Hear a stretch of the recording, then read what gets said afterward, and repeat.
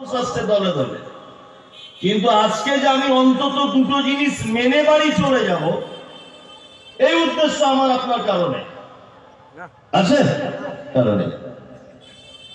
যাই হোক, আমি পবিত্র আল কোরআনুল কারীমের সূরা আল ইমরান 144 নম্বর আয়াত আপনাদের সামনে তেলাওয়াত করেছি। সূরা আনফাল সেখান থেকে বেশ কয়েকটি আয়াত তেলাওয়াত করেছি, আর আরো কিছু আয়াত তেলাওয়াত করব ইনশাআল্লাহ। এইগুলোকে সামনে রেখে আমি ছোট্ট ছোট্ট করে কয়েকটা বিষয়ের উপরে কথা বলবো, একটা বিষয়ের উপরে নয়। পবিত্র আল কোরআনে আল্লাহ সুবহানাহু ওয়া তাআলা মানুষকে অনেক উপাধি দিয়ে ডেকেছেন এবং অনেক উপাধি দিয়েছেন।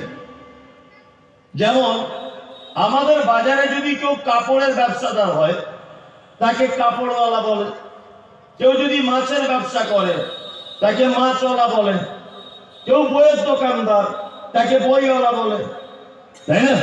এরকম বলে থাকে। বইওয়ালা মানে বুঝে নিতে হবে যে ওর কাছে বই পাওয়া যায়, মাছওয়ালা মানে বুঝে নিতে হবে যে ওর কাছে সব রকমের মাছ পাওয়া যায়, তাই না? আল্লাহ সুবহানাহু ওয়া তাআলা ঠিক তেমন মানুষকে পবিত্র আল কোরআনে অনেক নাম দিয়ে ডেকেছেন, অনেক নাম। তার মধ্যে কিছু খারাপ নামও আছে, কিছু ভালো নামও আছে। যেমন একটা নাম পবিত্র আল কোরআনে এসেছে একাধিক জায়গাতে, যে কাফের, কাফিরুন শব্দ কোরআন মাজিদে নেই, আচ্ছা। মুশরিক আছে না, মুশরিকুন আছে না, নেই, আছে। মুনাফিক আছে না, মুনাফিকুন আছে। সালেহিন, মুত্তাকিন আছে না, আবার এইটাও আছে মুমিনুন আছে। মাছওয়ালা, বইওয়ালা, কাপড়ওয়ালা আছে, এরা কি সবাই মানুষ না আলাদা আলাদা প্রাণী? মানুষ, তাই না?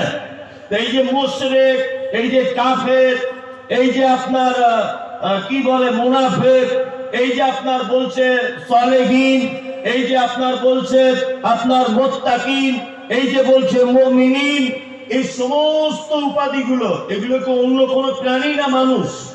মানুষ। এবার আপনাকে আরেকটা কথা বলছি,